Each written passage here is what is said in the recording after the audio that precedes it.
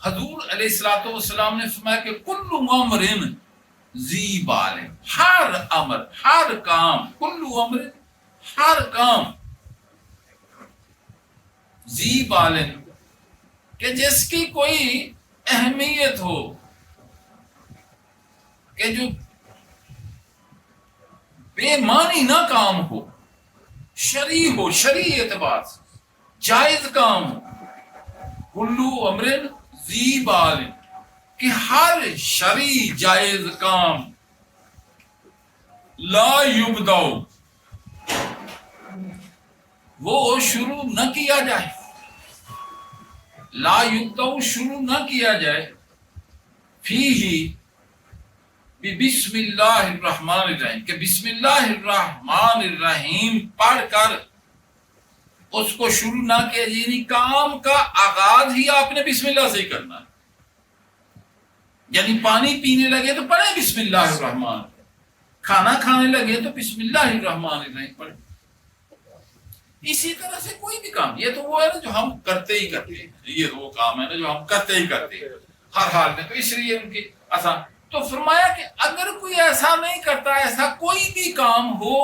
جو کسی نہ کسی اہمیت کا حامل ہو، جو جائز ہو شرعی طور پر، اور اس کے ساتھ جو ہے وہ بسم اللہ الرحمن الرحیم سے وہ شروع نہ کیا جائے، دیکھو نا فرمایا کہ لا یبدأ شروع نہ کیا جائے بسم اللہ الرحمن الرحیم، بسم اللہ الرحمن الرحیم سے، یعنی کام تو آپ نے جو بھی کرنا ہے نا، مثلا پانی پینا ہے تو پانی ہی پینا ہے نا، اب پانی پینا کام ہے نا، لیکن یہ کام بھی جو ہے بسم اللہ الرحمن الرحیم سے شروع، یعنی بسم اللہ اس کام کا یہ حصہ بنے گا، جس طرح سے قرآن پاک میں ہر سورت کے شروع میں لکھا جاتا ہے، اگرچہ فصل کے لیے لیکن تبرک کے لیے لکھا، اور تبرک کے اعتبار سے وہ ایک طرح سے اس کا حصہ بھی، کیونکہ وہاں سے، اور یہی وجہ ہے کہ اگر کبھی آپ غور کریں، یا یہ اس بات کو اہل حق تو خیر جانتے ہیں کہ بسم اللہ ہر سورت کے جب شروع میں آتی ہے نا تو اس کے مفاہیم میں تبدیلی واقع ہو جاتی ہے، یعنی وہ ایک ہی نہیں رہتا ہے جو شروع میں ہوتا ہے، نہیں، ہر سورت کے جب شروع میں بسم اللہ شریف واقع ہوتا ہے تو اس سورت پوری کے مزاج کے مطابق جو ہے بسم اللہ شریف کے مفاہیم میں بھی شفلنگ ہو جاتی ہے۔ تو اب ظاہر ہے کہ یہ جو بسم اللہ ہے، جب آپ نے کوئی کام شروع کیا تو گویا جب کہا کہ اس سے ابتدا، یعنی اپنے کام کا آغاز اس سے کریں، گویا بسم اللہ بیچ میں شامل ہوئی، حصہ ہوئی، اور اس کے بغیر جو ہے آپ کوئی کام جو ہے وہ کریں گے تو پھر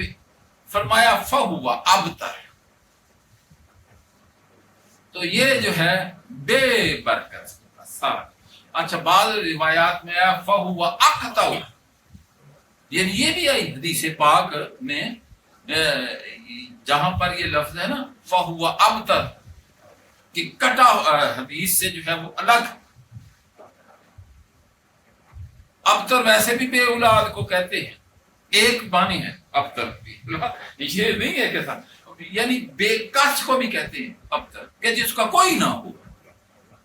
ابتر کا معنی یہ بھی ہوتا ہے کہ جس کا کوئی بھی نہ ہو۔ اور پھر جو حدیث ایک ہی ہے، یہ اسی کے ہی الفاظ میں جو فرق ہے، حضرت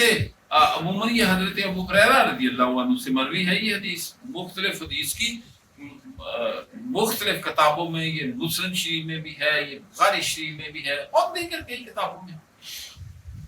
تو ان میں عموم فہو اقطع، اور قطع کے معنی ہوتا ہے کاٹنا، اقطع بالکل ہی کٹا، اقطع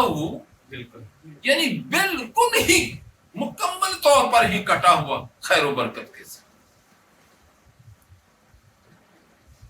تو یہی معنی پھر تیسری جو اسی حدیث کی جو روایت، اس میں اجزم کا لفظ بھی آتا ہے، اجزم فہو اجزم، وہ اس کا معنی بھی یہی، یعنی یہ ہم معنی ہی تقریم سارے کہ جو خیر و برکت ہے اس سے یہ مکمل طور پر یہ کٹ جاتا ہے. اور جب خیر و برکت سے کٹ جائے تو کیا معنی ہوتا ہے کہ اللہ تعالیٰ اس میں اب نہیں ہے، وہ نہیں شامل ہے،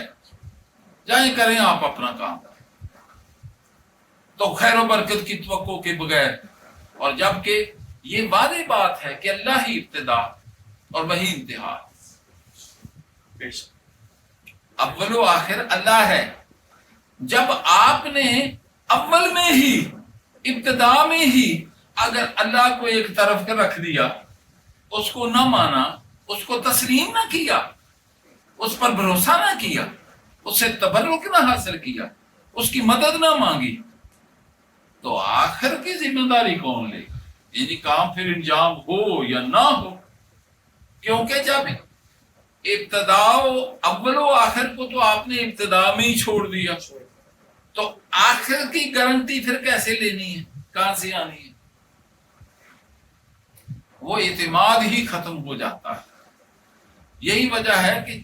ہر کام کرنے سے پہلے کوئی بھی ہو، وہ کسی بھی صورت میں تو مسلمانوں کا طریقہ ہے بسم اللہ